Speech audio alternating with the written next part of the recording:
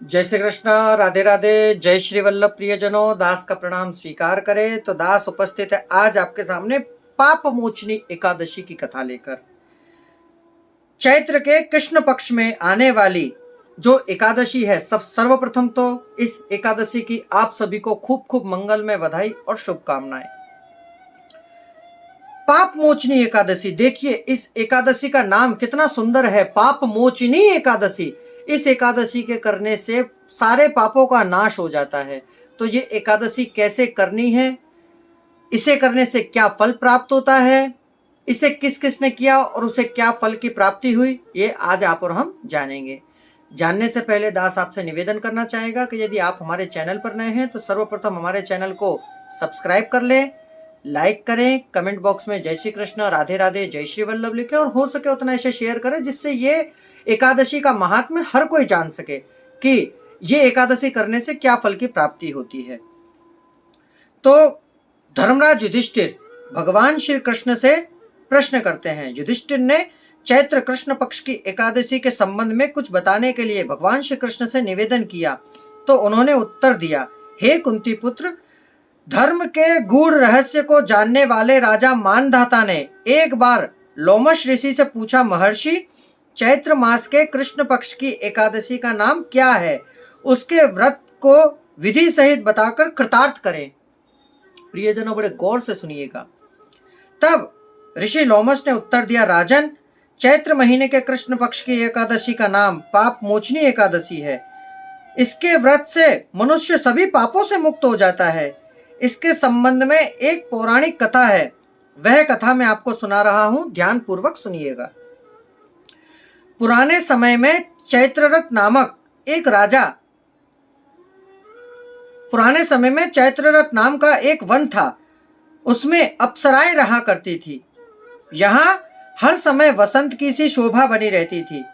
गंधर्व कन्याएं वहां विहार किया करती थी। अन्य देवताओं के साथ देवराज इंद्र भी अपना मनोरंजन करने के लिए यहाँ आते थे। उसी वन में एक ऋषि तपश्चर्या करते थे। उनका नाम था मेधावी। मेधावी शिव के अनन्य भक्त थे। एक दिन अप्सरा ने उन्हें मोहित करने के लिए सितार बजाकर मधुर स्वर से गायन करने लगी। उस अप्सरा का नाम था मंजू घोषा। उसी समय शिव का शत्रु कामदेव मुनि की तपस्या भंग करने के लिए तैयार हो गया। इन दोनों के मिले जुले प्रयत्न से मेधावी मुनि परास्त होकर अप्सरा पर मोहित हो गए। तभी मंजू घोषा उनके पास आई और वीणा नीचे रखकर मुनि को बाहुपाश में ले लिया। मुनि भी उनके साथ काम क्रीड़ाएं करने लगे। इस प्रक्रिया के वशीभूत होकर उन्हें एक दिन और रात का भी ज्ञान नहीं रहा।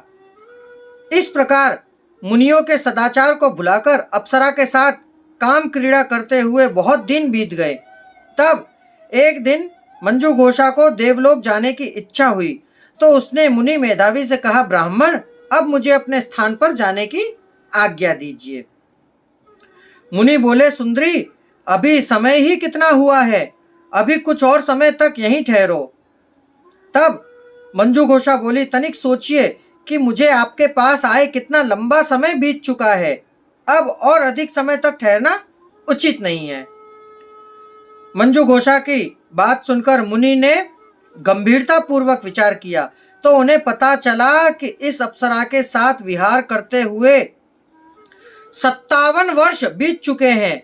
यह ज्ञात होते ही उन्हें पश्चाताप होने लगा कि इस भोग विलास में कितना बड़ा समय व्यर्थ हो गया।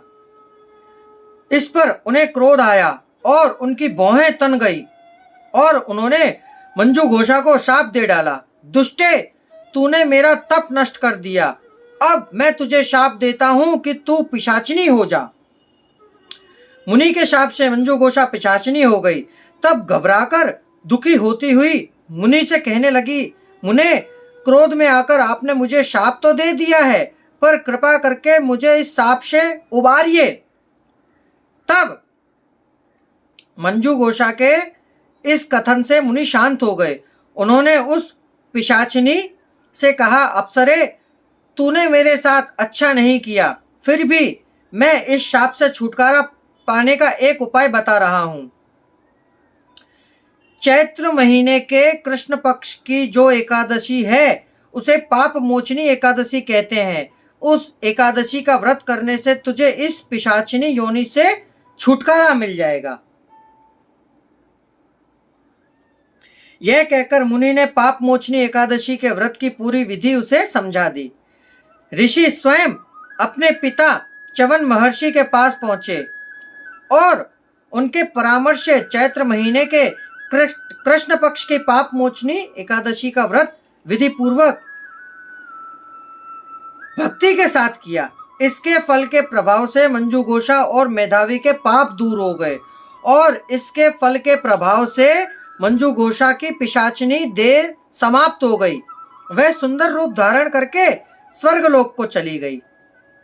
लोमश ऋषि ने राजा मानधाता को बताया, राजन, इस एकादशी के व्रत के प्रभाव से सब पापों का नाश हो जाता है और इसकी कथा को सुनने और पढ़ने से 1000 गौएं दान करने के बराबर का फल प्राप्त होता है। अब इस दिन क्या करना चाहिए? तो पाप मोचनी एकादशी को भगवान विष्णु का धूप दीप नैवेद्य से पूजन किया जाता है और चिरौंजी का आहार लिया जाता है। चिरौंजी जो सूखी मेवा में गिनी जाती है, एक छोटी छोटी गोल गोल चिरौंजी आती है। आप सर्च करेंगे गूगल पे तो आपको पता लग जाएगा। तो प्रियजनों, हमारी ये पाप मोचनी एकादशी की कथा आपको कैसी लगी ये कमेंट बॉक्स में हमें अवश्य बताएं। अब दास आज्ञा चाहता है, कल पुनः मुलाकात होगी नई कथा के साथ। जय श्री कृष्णा, राधे राधे, जय श्री वल्लभ।